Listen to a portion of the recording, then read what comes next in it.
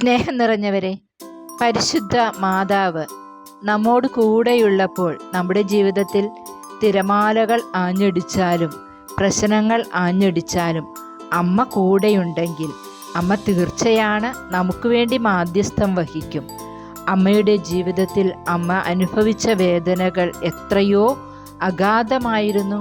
അതൊക്കെ അമ്മ സന്തോഷത്തോടെ സ്വീകരിച്ചു.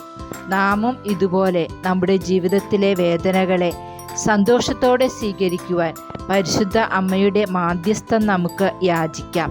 അമ്മ തീർച്ചയായിട്ടും അമ്മയെ വിളിച്ചപേക്ഷിക്കുമ്പോൾ ദൈവത്തിൻ്റെ മുൻപിൽ നമുക്ക് വേണ്ടി അമ്മ മാധ്യസ്ഥം വഹിക്കും. പ്രിയപ്പെട്ടവരെ, പരിശുദ്ധ അമ്മയെപ്പോലെ നമുക്കും എന്നും എപ്പോഴും ദൈവഹിതത്തിനോട് പരിപൂർണമായി കീഴ്വഴങ്ങി ജീവിക്കുവാനുള്ള അനുഗ്രഹത്തിനായിട്ട് നമുക്ക് പ്രത്യേകം പ്രാർത്ഥിക്കാം.